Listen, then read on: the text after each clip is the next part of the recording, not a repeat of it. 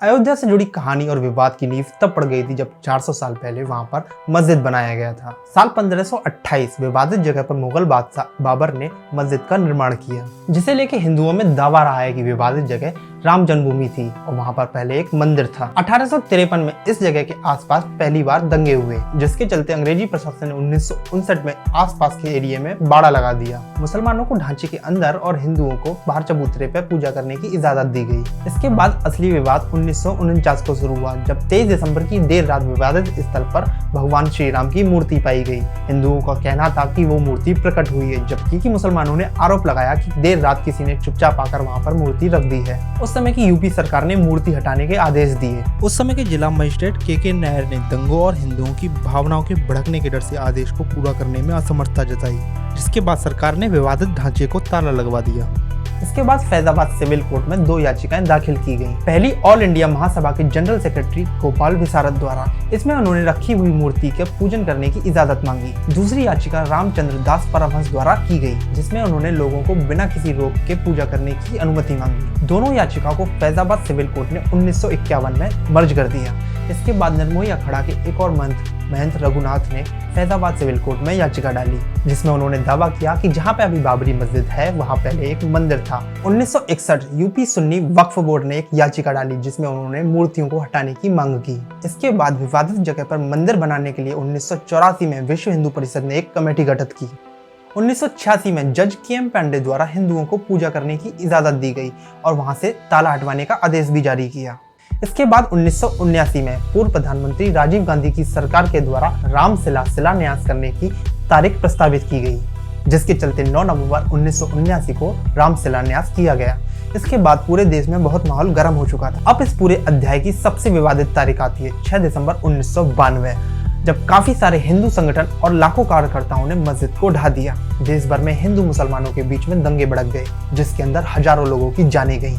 मंदिर गिराने के 10 दिन बाद यानी 16 दिसंबर को जांच के लिए लिब्रन आयोग का गठन किया गया। अब इसके बाद इलाहाबाद हाईकोर्ट ने 2003 में ASI का गठन किया। ASI मतलब आर्कियोलॉजिकल सर्वे ऑफ इंडिया, जिसको काम दिया गया कि वो खुदाई करके वहाँ पे पता लगाए कि कितना पार्ट मंदिर का था और कितना पार्ट मस्जिद का। जिन्होंने अपनी रिपोर्ट में बताया कि 12वीं सेंचुरी पे वहाँ पर मंदिर था और 1528 में वहाँ पर मस्जिद था।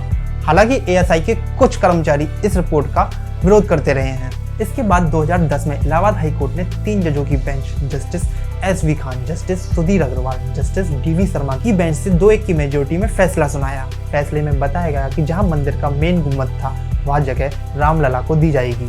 इसी के साथ राम चबूतरा और सीता रसोई निर्मोही अखाड़े को दी जाएगी। बची हुई जमीन मुस्लिम पक्ष को दी जाएगी। इसके बाद 2011 में सुप्रीम कोर्ट ने इलाहाबाद हाई कोर्ट के फैसले पर रोक लगा दी। 2017 में सुप्रीम कोर्ट ने out of the court settlement करने का आह्वान किया। 8 मार्च 2019 सुप्रीम कोर्ट द्वारा मामला मध्यस्थता के लिए भेजा गया।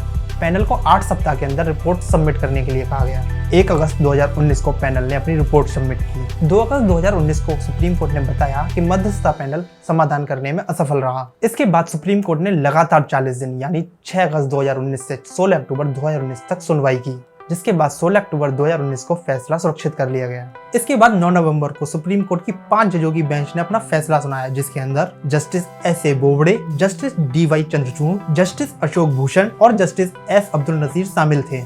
अब हम समझने की कोशिश करेंगे कि सुप्रीम कोर्ट ने किस बेसिस पे अपना फैसला दिया और क्या क्या पॉइंट्स रखे। एक्चुअली में जब 16 अक्टूबर 2019 को सुप्रीम कोर्ट ने अपना फैसला रिजर्व किया तो सभी पक्षों को मोल्डिंग ऑफ रिलीफ जमा करने के लिए बोला गया। यहाँ पे मोल्डिंग ऑफ रिलीफ का मतलब है कि सभी पक्षों ने जो अपनी याचिका में मांग की है, अगर उनको वो नहीं दिया जाता तो उसके ऑप्शन में वो क्या मांगेंगे।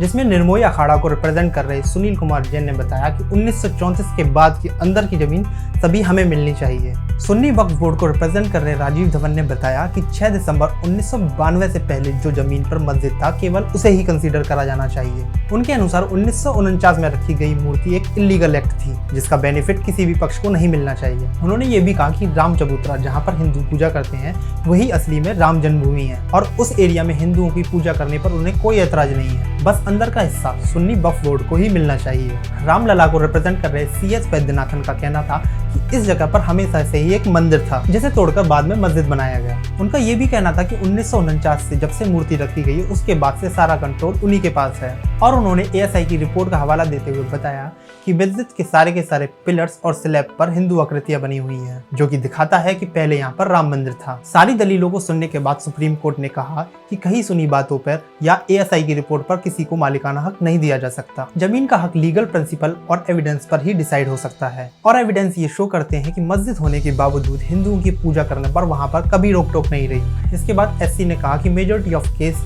हिस्टोरिकल फैक्ट और फिगर्स पर बेस्ड है, तो प्रोबेबिलिटी को देखते हुए ये सेटल है कि बाहर के हिस्से में 1857 से हिंदू पूजा करते रहे हैं, जिससे उनका कंट्रोल स्टेबलाइज होता है। SC ने यह भी कहा कि 23 दिसंबर 1949 को मुस्लिम को नमाज अदा करने पर रोक लगाई गई थी, जिससे मुस्लिमों का 400 साल पुराने मस्जिद में राइट टू वर्शिप डिप्राइव होता है। So finally supreme court constitution के आर्टिकल 142 का यूज करते हुए जो भी गलती हुई उसे सुधारने के लिए फाइनल डायरेक्शन सुनाती है कि विवादित स्थल का 2.77 एकड़ रामलला विराजमान को जाएगा। वहीं सुन्नी पक्ष बोर्ड को 5 एकड़ की जमीन कहीं और दी जाएगी। जिस तरीके से भारत की आवाम ने सुप्रीम कोर्ट के फैसले का स्वागत किया, उससे ये तो क्लियर है कि भारत के लोग यूनिटी और इंटीग्रिटी के महत्व को समझते हैं। इससे ये साबित हो जाता है कि भारत के लोग एक डेवलपिंग कंट्री से डेवलप्ड कंट्री के बनने की दिशा में एक और कदम बढ़ा चुके हैं। अगर आपको ये वीडियो अच्छी लगी हो और इस वीडियो से कुछ भी इन्फॉर्मेशन मिली हो तो इस वीडियो को ज़्यादा से ज़्यादा शेयर करें।